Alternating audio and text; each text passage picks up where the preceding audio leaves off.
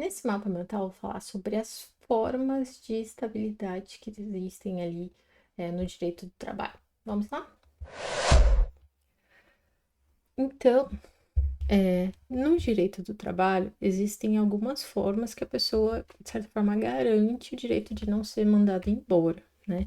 Aí, por isso eu coloquei essa questão da estabilidade, a pessoa se equilibrando ali, essas pedrinhas uma de cima da outra, então fazer essa associação visual é importante. Eu esquematizei aqui as formas de estabilidade, mas aí tem um mapa específico, às vezes, de algumas questões.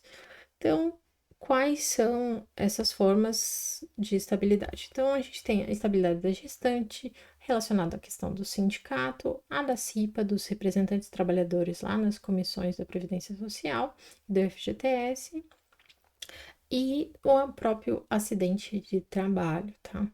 Aí, aqui eu deixei uma anotação que aqui é do registro do candidato da nomeação e aqui finaliza após um ano de mandato, tá? Porque isso influencia em algumas questões ali para ter esse norte. Em relação à gestante, quando que começa a estabilidade?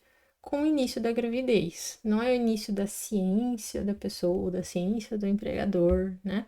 A pessoa está grávida, já começou a estabilidade, mesmo que a pessoa não saiba que está grávida, né? Quando que termina a estabilidade? Após 5 meses do parto, né? Teve a criança, né? Teve o parto, 5 meses, aí tá durante a estabilidade, passou desses 5 meses, aí tem o fim dessa questão. Aí isso também vale para os processos de adoção, então tá dentro desse período da adoção, também está em período de estabilidade. A estabilidade sindical, tá? Tô ficando sem bateria.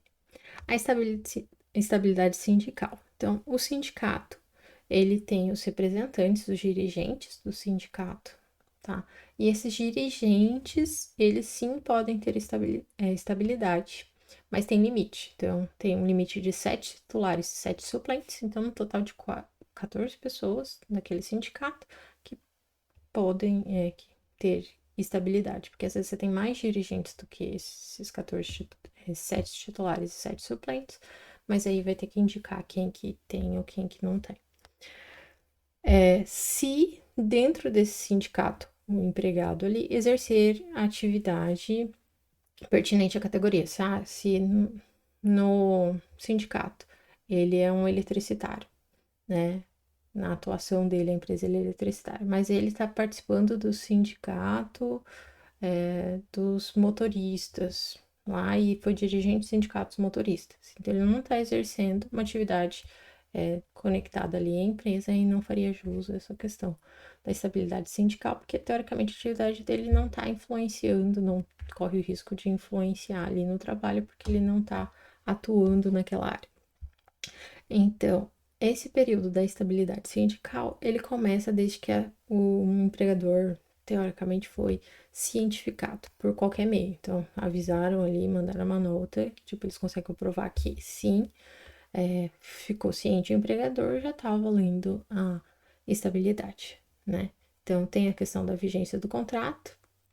Por regra, o sindicato deveria apresentar quem são os dirigentes ali que vão ter essa questão da estabilidade por 24 horas, mas nem sempre se aplica.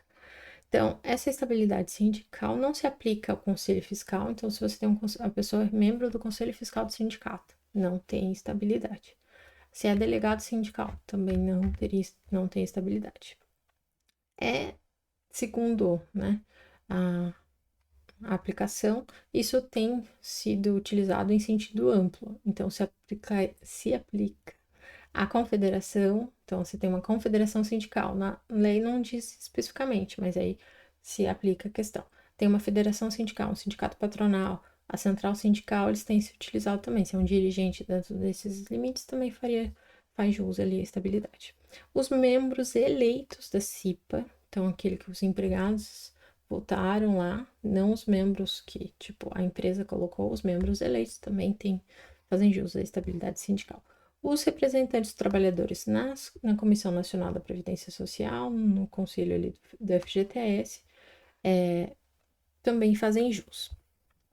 Aí, acidente de trabalho. Acidente de trabalho, ele também tem estabilidade, né? Acidente de trabalho traz muitas coisas bem específicas no tratamento ali, porque foi um acidente que aconteceu no ambiente de trabalho, então precisa dar essa questão da segurança ali para o empregado.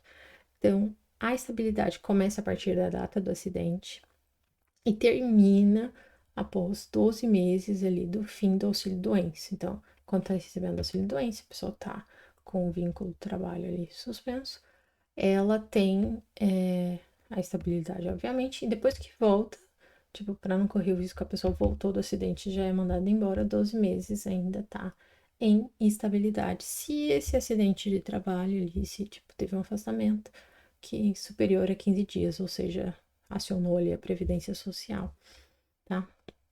Aí, quais são as duas notinhas que eu deixei aqui em relação à questão da estabilidade? Se você terminou ali, foi exaurido esse período de estabilidade, e aí a pessoa questiona, foi mandada embora, mas aí terminou já o período de estabilidade. Então, por exemplo, do acidente de trabalho, a pessoa foi mandada embora, e aí passou os 12 meses, ela foi entrar com uma ação só ali 2 anos depois.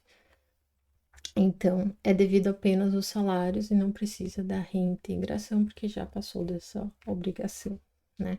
Não há nulidade do julgamento extra-petita da decisão que deferir salário. O juiz decide, não, vai ser o pagamento de salário, não precisa reincorporar a pessoa quando o pedido for reintegração, tá? Então a pessoa pediu, eu quero voltar porque eu estava no meu período de estabilidade, mas o juiz percebe ali e decide por não, o melhor pagamento de salário, tá? Então não é nulo esse julgamento, por mais que a pessoa não tenha solicitado especificamente isso. Esqueci de uma notinha, né? Extinguir na empresa, se você tem a extinção da empresa, coloca esse comita aqui para lembrar da questão dos dinossauros. Sem motivo de força maior, o empregado que é estável, ele deve ter uma indenização em dobro, né? Então fica essa observação aí se você tem essa extinção da empresa sem nenhum motivo de força maior. É isso, né? Os principais detalhes em relação à estabilidade. Qualquer dúvida é só deixar nos comentários. Bons estudos e te espero no próximo mapa mental explicado. Até lá!